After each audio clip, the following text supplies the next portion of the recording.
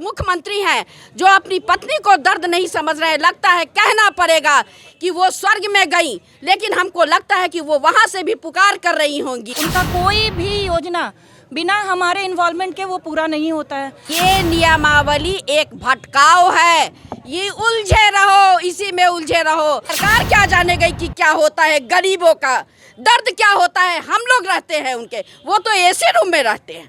नमस्कार, आप देखना शुरू कर चुके हैं लाइव सिटीज। मेरा नाम अभिषेक है। बीपीएससी की ओर से परीक्षा कैलेंडर जारी हो चुका है। इसके बाद हम शिक्षकों से बातचीत करेंगे। जो शिक्षक धरने पर बैठे हुए हैं, बड़ी संख्या में जो शिक्षक हैं वो धरने पर बैठे हुए हैं। आप देख सकते हैं, आप लोग धरने पर बैठी हुई हैं। हाँ, बीपीएससी का परीक्षा कैलेंडर आ गया, परीक्षा दीजिएगा कि नहीं? परीक्षा मेरे लिए वो थोड़े परीक्षा है, हम लोगों के लिए नहीं है परीक्षा। वो सरकार यूं ही परीक्षा के नाम पर हम लोग को डरा रही है। हम लोग उस क्राइटेरिया में है ही नहीं।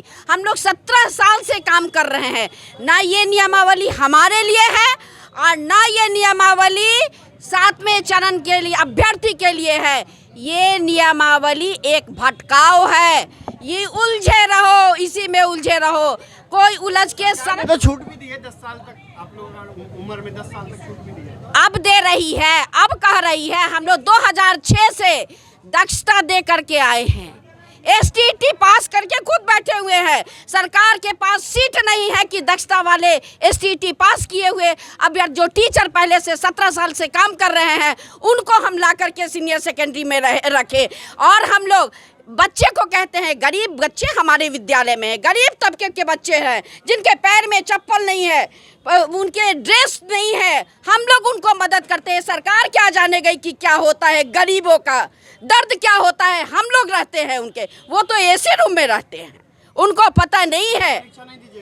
हमारे लिए है ही नहीं तो हम देंगे क्या? एक मिनट, मुख्यमंत्री जी की पत्नी खुद शिक्षिका रही हुई हैं, उनको उनकी धर्म पत्नी शिक्षिका रही हुई है। पता नहीं वो कैसे मुख्यमंत्री हैं जो अपनी पत्नी को दर्द नहीं समझ रहे। लगता है कहना पड़ेगा कि वो स्वर्ग में गई, लेकिन हमको लगता है कि वो वहाँ से भी पुकार कर रही होंगी कि चैन से मैं सो रही थी, ओढ़े कफन मजार में, यहाँ भी सताने आ गए, किसने पता बता दिया। किस तरीके से प्रश्न करिए, क्या परीक्षा दीजिएगा कि नहीं? कैलेंडर जारी हो गया है। परीक्षा तो अब हम लोग के स्टूडेंट जिसको हम लोग पढ़ा चुके हैं वो परीक्षा देंगे, हमारे बच्चे परीक्षा देंगे। हम लोग क्या परीक्षा देंगे? हम लोग तो इतना दिन से हम लोग का तो उम्र पार कर चुका है। नहीं नहीं नहीं, तो परीक्षा जारी कर दी है। करने दीजिए। देखिए, परीक्षा पहले सबसे पहले ये क्लियर कीजिए कि परीक्षा हमारे लिए नहीं है। परीक्षा ऑलरेडी हम एसटीटी दक्षता जो भी है हम वो कर चुके हैं। सरकार ने पहले ही कहा था, एक मिनट, सरकार ने पहले ही कहा था शुरू के दिनों में ही, जब उप मुख्यमंत्री जब सत्ते में नहीं थे, विपक्ष प्रतिपक्ष के नेता थे, उन्होंने तभी कहा था कि आने वाले जब भी मेरी सत्ता आएगी उस दिन मैं पहले कैबिनेट के बैठक में मैं 10 लाख नौकरी दूंगा। उसमें सबसे पहला जो हमारा होगा वो राज्यकर्मी का दर्जा होगा और वेतनमान होगा। देखिए, ये जो हमारा मुद्दा है ना, क्योंकि हम लोग 4 लाख नहीं हैं, हम 40 लाख के बराबर है। हमारा जो भी मुद्दा रहा है वो विपक्ष का मुद्दा रहा है। पक्ष में आते के साथ मुख्यमंत्री उप मुख्यमंत्री सरकार तो नहीं सुन रही, अब तो बीपीएससी की ओर से परीक्षा नहीं सुनना तो पड़ेगा ही। देखिए, सरकार डबल स्टैंडर्ड पे चल रही है। उनको खुद पता नहीं है, जैसे उनको पता नहीं होता है कि कब पार्टी बदल के वो किसके साथ अलायंस बना लेंगे, ठीक उसी तरह वो डबल स्टैंडर्ड की सरकार है। एक तरफ हमको अयोग्य मानती है, दूसरी तरफ हमसे चुनाव जैसा गंभीर कार्य लेती है। उनका कोई भी योजना बिना हमारे इन्वॉल्वमेंट के वो पूरा नहीं होता है। रिजल्ट आने पे वो हम अपने रिजल्ट जो इवैल्यूएशन हो या पढ़ाने का काम हो वो हमसे लेते हैं, लेकिन जब हम मांगते हैं तो उनके पास तब हम अयोग्य हो जाते हैं। तो ये डबल स्टैंडर्ड नहीं चलेगा। एक स्टैंडर्ड उनको क्लियर करना पड़ेगा, अपना स्टैंड क्लियर करना पड़ेगा। परीक्षा तो जारी हो गई है। नहीं, परीक्षा नहीं देंगे। नहीं देंगे क्या? मुझे तो समझ ही नहीं आता है कि सरकार तब सही थी या आज सही है। अगर तब भी जब हम लोगों का नियोजन ली थी उस समय ऐसे ही तो हम लोग रोड से नहीं उठ के आ गए थे। उनके कुछ कंडीशंस, कुछ शर्त थे जिसको फुलफिल करके हम आया, और आज तक उनके जो भी शर्त है उसको पूरा किया, साथ साथ अपने उत्तरदायित्व का निर्वहन करते हुए। फिर ये कैसी परीक्षा और किसकी परीक्षा?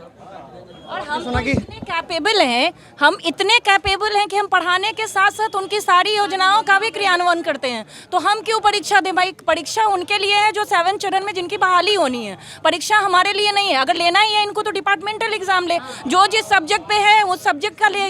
ये एग्जाम अलग से फ्रेश, तो फिर हमारे लेंथ ऑफ सर्विस का क्या होगा? इसका जवाब तो आपने सुना कि शिक्षकों ने क्या कुछ कहा। शिक्षकों का लगातार प्रदर्शन जारी है और लगातार शिक्षक हार मानने को तैयार नहीं हैं। इन्होंने साफ साफ कहा है कि बीपीएससी परीक्षा हम कैसे दे देंगे, हमारे बच्चे अब परीक्षा देंगे, हम कहाँ से दे देंगे। तो कई सारी बातों को कह रहे हैं। आपको बता दें कि बीपीएससी की ओर से परीक्षा कैलेंडर जारी कर दिया गया है। मैं लाइव सिटीज़ की ओर से